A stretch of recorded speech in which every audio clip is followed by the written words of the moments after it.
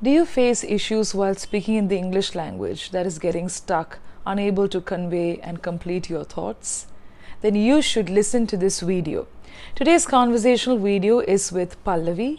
She has been a learner and also an English tutor. Today, we see a lot of people who are qualified and, in fact, overqualified. But speaking with grace and dignity also adds to communication skills. It's not enough that you just know the language and know only to criticize and ridicule others. People who may not even know the language speak with so much grace and decorum. It's shown in how you speak. Over to the video. Good evening, Pallavi. Yeah, good evening. How are you? I'm fine, thank you. How are you? I'm also good. Great. So, how was the day for you? It's going very well. Right. Any plans for the weekend? Generally, I am caught up with the weekends with my classes or so, but nothing as if as usual it's going on.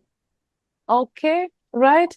So, can you tell me a bit about yourself? But before that, I would like to thank you for sending in the request, for also following up and being a part of the conversational video series. Thanks for sparing the time to be here. Okay, Right. welcome, and I would really love to connect with you too. And my name is Pallavi Dhingra, and I'm an English trainer by profession, and I have been teaching online from last 10 years, and I really love to teach, and I really feel so happy when somebody improves through my teaching. About my educational qualification, I'm postgraduate as well as I am TFL TESOL certified trainer. Okay. So this is all about me. That's great. Wonderful to know about you. And also, it's a challenge being a trainer and a learner, both in one, Yeah. right? Yes. Okay, Yeah, I would also like to know a bit about you. right. So, as you know, I'm Rini Rosemary. I've given a lot of introduction, I think, so through my videos. And I have also been a language trainer for quite some time, for almost 6 to 7 years. I began my career as an English professor, and then slowly started working with schools. And recently, I finished my CELTA, Cambridge University. And yes, I've been a trainer. And as you said, this is one of the aspects that keep me going, that is connecting with people. Connecting with people also has helped me to write books, to speak about different topics, not just language, but also something about mental health and even the language aspects that's connected with the mind, connecting the mind and rewiring the brain and such kind of things. Yes. Yeah. That's really good to hear. Right. So, Okay. what do you do these days? Yes. So I am into language training, taking videos on my channel. That actually happens randomly.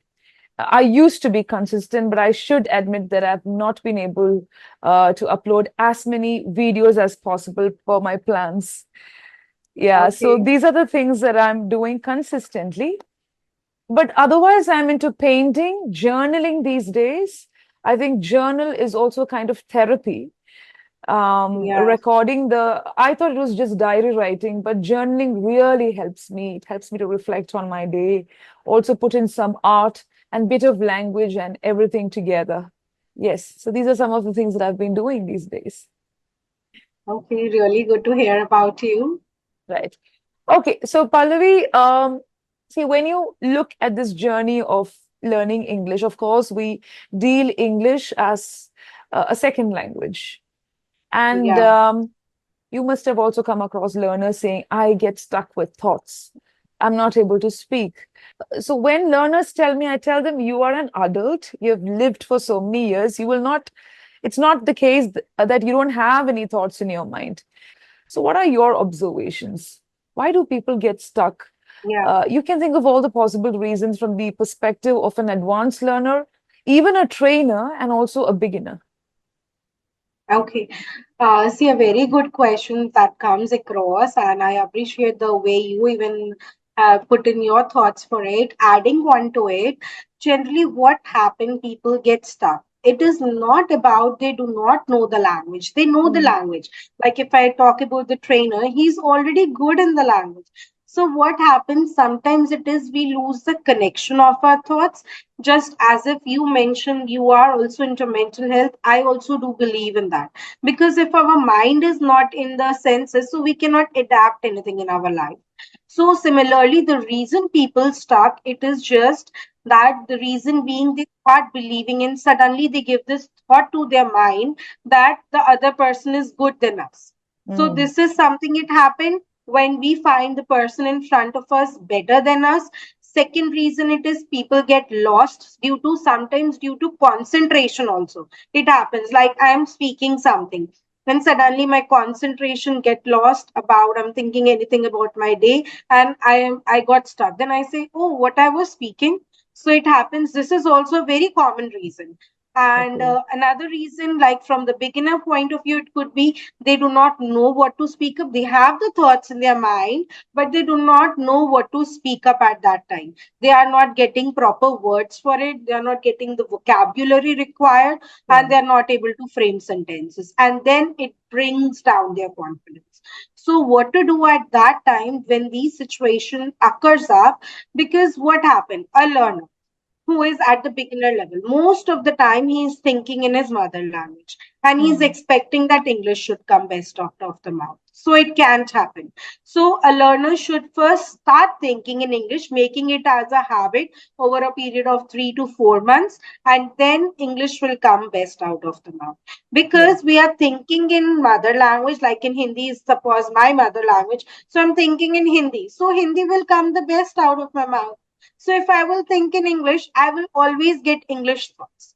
And for this, nobody, we do not need a partner also. Like many people, they have this complaint. We do not have a partner to learn for. So to think in English, you do not need a partner. Suppose I'm doing some work, I have to get ready. So I don't think in my mother language. I always think in English, even in my mind, that I have to wear this, then I will go there. After that, I will do this, I will take this class. So have thoughts in English, then you won't get stuck. Second, if any thought is coming in the mind that I got stuck, I don't know what to speak next, then give positivity to your mind that English is just a language. It has nothing to do with your personality. And Mm, apart from that, also, I just ended up a session and I even told in that session, it needs a lot of practice and efforts. It is easy to say, but hard to be done. Because the thought we try should not come, actually, is the thought that keeps on coming to us. right. So, if a thought comes to our mind that, yes, I'm not able to speak English, so you should just suppress that thought and come to the positive side of it that, yes, I can speak English and I can convey my words and relax and speak up. And I believe nobody will get stuck after having this kind of positivity. Right, right. So thanks for sharing your perspective. Again, adding to what you said, this is a question put forth by learners like, ma'am, as trainers, do you get stuck? Interestingly, even fluent speakers, not just trainers, fluent speakers get stuck. And today, English is a language for all, for Yeah. everyone, irrespective of the profession, and they expect so much from a trainer. So fluent speakers get stuck when they try communicating about complicated, complex thoughts because you need time to process. You need time to use the best words, the best sentences in such a way that the listener is able to understand. So that's one Yeah. thing. That's the case when fluent speakers get stuck, but still, because of their practice and because of the skill, they'll be able to overcome that obstacle, the impediment easily. But when it comes to the Yeah. beginners, the other learners who are not very confident, as you rightly said, they may have these thoughts lingering in their mind. It'll lurk and it Yeah. can pull down the confidence also. And today it's a trend for people to translate from the Hindi language or the Yes. regional languages. I mean, you have a lot of content created in such a way that they ask you to listen to these content where you have the the phrases, the words in the native language and then Yeah. in English. Why do they Yes. do Right. that? So that you understand. So for reference, you can use it so that you understand. Suppose you're not able to understand a particular word in English, you can do this with the native language. But when it comes to thought, try thinking in English. And as beginners, they ask me, I don't know English, then how do I think? I mean, some words the basic words, use those words, just think, have those thoughts, visualize, and then put those thoughts in the best possible way. See, our brain is Yeah, like a magnet. I think we all always underestimate our brain. Whenever we listen to English content, it picks up words. But as we speak, even now when I'm speaking, words come to my mind. I may have a lot of words in my mind being a language lover, but my mind will, pick the word that is of a timely help that yeah, really pops in my mind, and that's something that I can use at that particular moment. I may have other words also. I may feel later I could have used this word, that phrase, but still, what is available at that time? What is apt for that particular sentence? Because it's not just that you have the word in your mind, but you should be able to process, and it should fit the sentence. And then ultimately, why do we use the language? To communicate thoughts. So sometimes yeah, people just use a lot of words. They are quite, the word surge, it floods their sentences, but people may not understand what they're trying to convey. So that's also there. So bit of vocabulary, good sentence formation, and more of established thoughts is something that we have to really work on. And as you said, fluency, flow comes with practice. It's not an easy true. task, but when you have the right methods, it's quite easy. It's not so difficult, and Yeah, people have been that's doing it. right. Yeah, right. Yeah, Okay, I always say right guidance really matters a lot. right. Okay. So, how did you begin learning the language? Can you share how did you get fascinated? Of course, you would have started loving the language before it became a passion. Can you just tell a bit Yeah. about the beginning? Yeah, see, I tell you, it was never planned that I will be teaching English, and it all just happened. Like I can say, it's my destiny.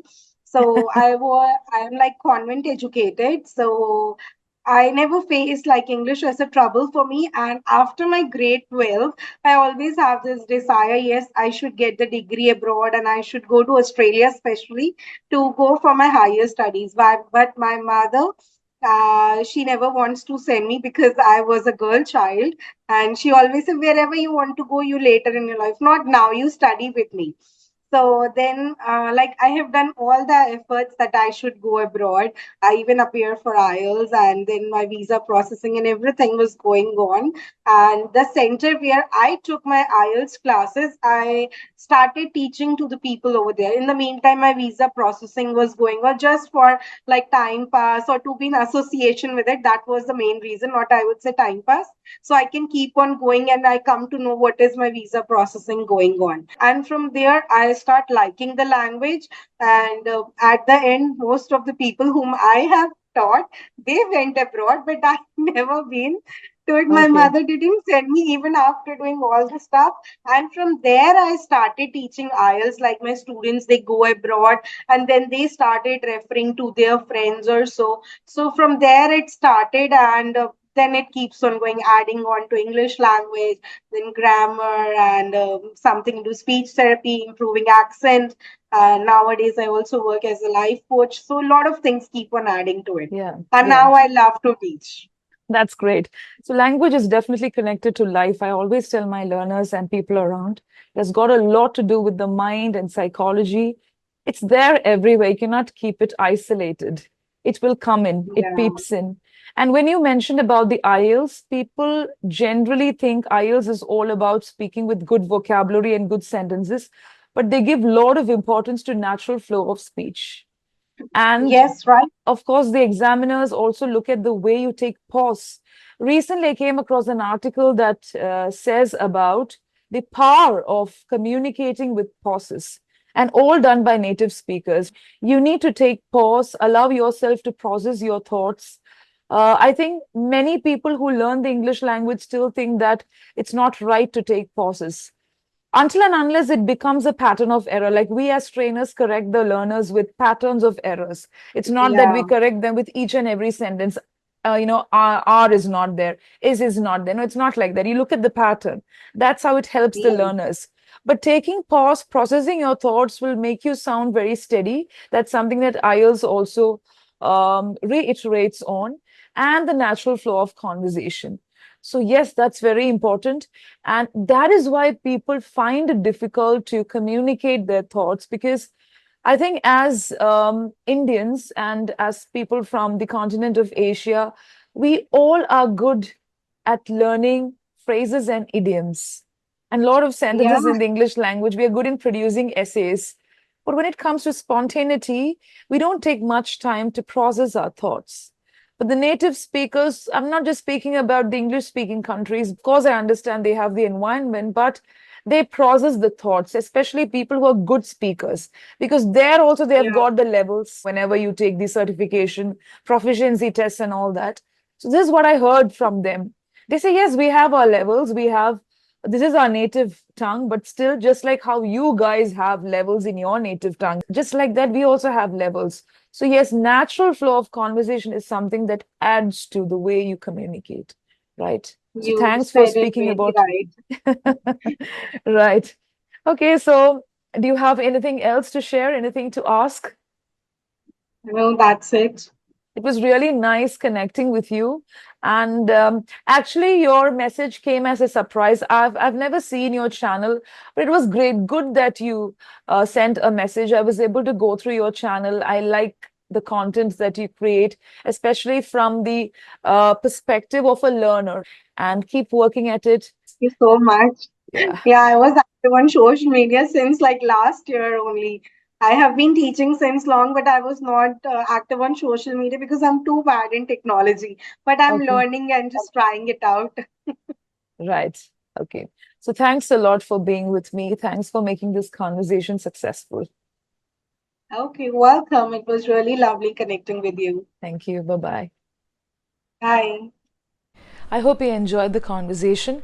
Constructive feedback is always an essential aspect of speaking sessions or any kind of skill development sessions, especially when it comes to language. Here, we were not able to include the feedback session, but still, you would have got some points from this video. If you want to have a conversational video with me, do not hesitate to send an email. And thank you for staying with me till now. Happy learning!